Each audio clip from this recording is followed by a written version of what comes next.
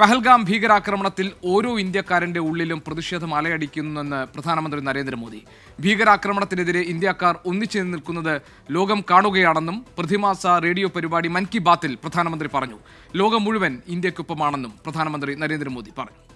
आतंकवाद के खिलाफ इस युद्ध में देश की एकता, 140 करोड़ भारतीयों की एकजुटता हमारी सबसे बड़ी ताकत है. यही एकता आतंकवाद के खिलाफ हमारी निर्णायक लड़ाई का आधार है.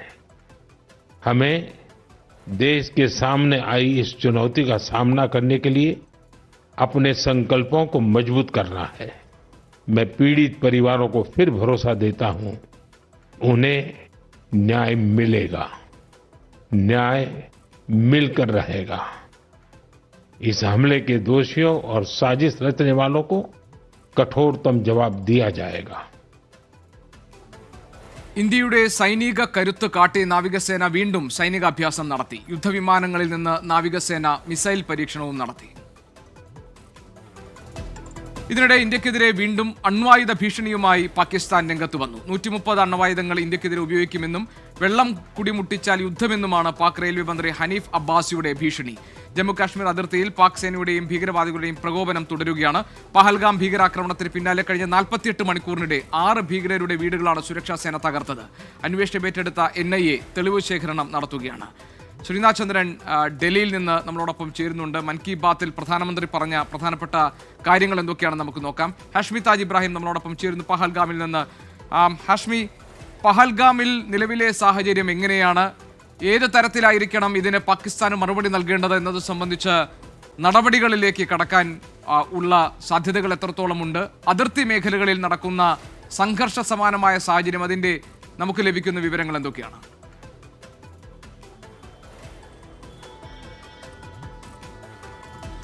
ഗോപികൃഷ്ണ, ഉറപ്പായും റെസിസ്റ്റന്റ് ഫ്രണ്ട് എന്ന് പറയുന്ന സംഘടന ആദ്യഘട്ടത്തിൽ ഈ സ്ഫോടനം ഈ കൂട്ടക്കുരുതി ഉണ്ടായതിന്റെ ആദ്യ മണിക്കൂർ ഉത്തരവാദിത്തം ഏറ്റെടുത്താണ്. അതിനുശേഷം 4-ാം ദിവസം ഉത്തരവാദിത്തത്തിൽ എന്തുകൊണ്ട് പിന്മാറി എന്നതിന്റെ വ്യക്തമായ കൃത്യമായ തെളിവുകൾ താഴ്വാരത്ത് പ്രതിഷേധമായി അലയടിക്കുകയാണ്. അത് നമ്മൾ തൊട്ട് മുൻപ് കണ്ടു. ഇവിടുത്തെ കച്ചവടക്കാരുടെയും കുതിരക്കാരുടെയും പ്രതിഷേധം, ചെറുതും വലുതുമായ വലിയ പ്രതിഷേധങ്ങൾ ശ്രീനഗറിലും പഹൽഗാമിലും ഒക്കെയായി ആ തീവ്രവാദി ആക്രമണത്തിനെതിരെ അവർ പറയുന്നത് ഇത് ഇൻസാനിയത്തിനെതിരായ, മനുഷ്യത്വത്തിനെതിരെ, ഇത് കശ്മീരിയത്തിനെതിരെ മാത്രമല്ല ഇൻസാനിയത്തിനെതിരായിട്ടുള്ള ആക്രമണമാണ്, മനുഷ്യത്വത്തിനെതിരെയുള്ള ആക്രമണമാണ്.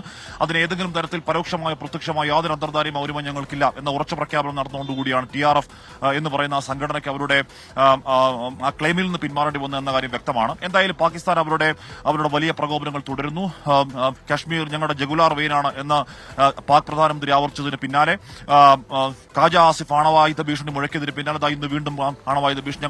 ഞങ്ങളുടെ പക്കലുള്ള 130 ആണവായുധങ്ങളും ഇന്ത്യക്ക് വേണ്ടിയുള്ളതാണെന്ന് പറയുന്നു. സിന്ധു നദിയിൽ നിന്ന് വെള്ളം തന്നില്ലെങ്കിൽ അതുവഴി ഇന്ത്യക്കാരുടെ ചോര ഒഴുകുമെന്നവിട്ട് ഉത്തരവാദിത്തപ്പെട്ട രാഷ്ട്രീയ നേതാക്കളുടെ പ്രതികരണം വരുന്നു. അതിൽ നിന്നൊക്കെ വളരെ വ്യക്തമാണ് ഈ സിന്ധു നദീജല കരാർ എന്നുള്ള പിന്മാറ്റം എത്രത്തോളം പാകിസ്ഥാനെ വിരളി പിടിപ്പിച്ചിരിക്കുന്നു, പാനിക്കാക്കിയിരിക്കുന്നു. ഈ പറയുന്ന പ്രസ്താവനകളൊക്കെ ഏതെങ്കിലും തരത്തിൽ അങ്ങ് ചെയ്തു കാണിക്കാൻ വേണ്ടി പറയുന്നതല്ല ഗോപികൃഷ്ണൻ. അത് അവിടുത്തെ ജനങ്ങളുടെ വികാരത്തെ അടക്കാൻ വേണ്ടി ജനങ്ങൾ വലിയ ആശങ്കയിലാണ്. ഇതിനോടകം തന്നെ ഈ ജലം കിട്ടിയില്ലെങ്കിൽ ഉണ്ടാകാവുന്ന പ്രതിഷേധമോർത്ത് അല്ലെങ്കിൽ ജനങ്ങൾ തെരുവിലേക്ക് ഇറങ്ങും എന്നുള്ള ചില സൂചനകൾ പാകിസ്ഥാനിൽ നിന്ന് വരുന്നുണ്ട്. അല്ലെങ്കിൽ തന്നെ ബലൂചിസ്ഥാനിൽ പ്രശ്നം, അല്ലെങ്കിൽ തന്നെ അവിടെ വെള്ളപ്പൊക്കം, അങ്ങനെ മൊത്തത്തിൽ പ്രശ്നത്തിലായിരിക്കുന്ന ഒരു രാജ്യത്തിന് ജനം കൂടി തെരുവിലിറങ്ങിയാൽ അവർക്ക് താങ്ങാൻ കഴിയില്ല. അപ്പൊ അവരെ ഒന്ന് ആശ്വസിപ്പിക്കാനാണ് ഇന്ത്യക്ക് ഇതിലൂടെ ഭീഷണികൾ എന്നാണ് ഉണ്ടാവുന്ന വിലയിരുത്തൽ. നയതന്ത്രപരമായും സൈനികപരമായുമുള്ള സകല തിരിച്ചടികൾക്കുമുള്ള എല്ലാവിധ ആലോചനകളും വളരെ സജീവമായി അധികാര കേന്ദ്രങ്ങൾ നടന്നുകൊണ്ടിരിക്കുന്നു. കരസേനാ മേധാവി ആവർത്തിച്ചുള്ള ചർച്ചകൾ നടക്കുന്നുണ്ട്. കരസേനാ മേധാവി പ്രധാനമന്ത്രിയുമായി പലയാവർത്തി ചർച്ചകൾ നടക്കുന്നുണ്ട്. എപ്പോഴാണ് ഒരു സൈനിക മറുപടി എന്നത് പൂർണ്ണമായും സൈന്യത്തിന്റെ വിവേചനാധികാരമാണെങ്കിൽ കൂടിയും അധികം വൈകാതെ ഒരു സൈനിക മറുപടി ഉണ്ടാകും എന്ന് തന്നെയാണ് പ്രതീക്ഷ. ഗോപികൃഷ്ണൻ, നയതന്ത്ര തലത്തിൽ കൂടുതൽ രാഷ്ട്ര നേതാക്കളെ, കൂടുതൽ വിദേശകാര്യ ഉന്നത ഉദ്യോഗസ്ഥരെ നമ്മുടെ കയ്യിലുള്ള തെളിവുകൾ നമ്മൾ ബോധ്യപ്പെടുത്തിക്കൊണ്ടിരിക്കുന്നു. വെറുതെ ബോധ്യപ്പെടുത്തലല്ല, വരാൻ പോകുന്ന ഒരു നടപടിക്ക് മുന്നോടിയായി ലോകരാഷ്ട്രങ്ങളെ എന്തുകൊണ്ട് ഞങ്ങൾ അത് ചെയ്തു എന്നതിന്റെ ബോധ്യപ്പെടുത്തലാണ്. അങ്ങനെ വളരെ സജീവമായ മൻ കി ബാത്തിൽ പ്രധാനമന്ത്രി ഈ വിഷയത്തെ സ്പർശിച്ചുകൊണ്ട് സംസാരിച്ചിട്ടുണ്ട്. അതിന്റെ വിശദാംശങ്ങൾ കൂടി നോക്കാം. ശ്രീനാഥ് നമ്മളോടൊപ്പം ചേരുന്നുണ്ട്. ശ്രീനാഥ്, മൻ കി ബാത്തിൽ പ്രധാനമന്ത്രി പഹൽഗാം വിഷയത്തിൽ ഇന്ത്യയിലെ ജനങ്ങളോട് എന്താണ് പറഞ്ഞത്?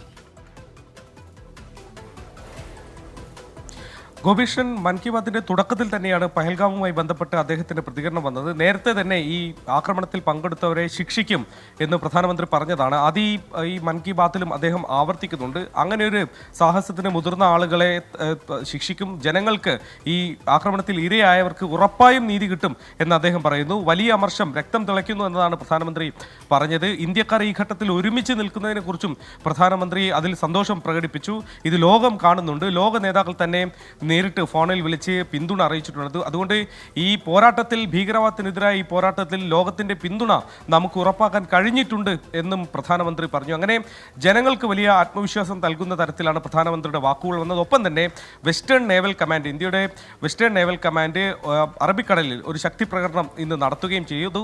യുദ്ധത്തിനുള്ള തയ്യാറെടുപ്പ് തന്നെയാണ്. ഒരു യുദ്ധമുണ്ടായാൽ അതിനെ നേരിടാനുള്ള അവരെ സജ്ജമാക്കുന്നതിന്റെ ഭാഗമായാണ് വിവിധ യുദ്ധക്കപ്പലുകളിൽ നിന്ന് മിസൈലുകളും മറ്റും പരീക്ഷിച്ച് അതിന്റെ ദൃശ്യങ്ങൾ ഇപ്പോൾ നാവികസേന പുറത്തുവിട്ടത്.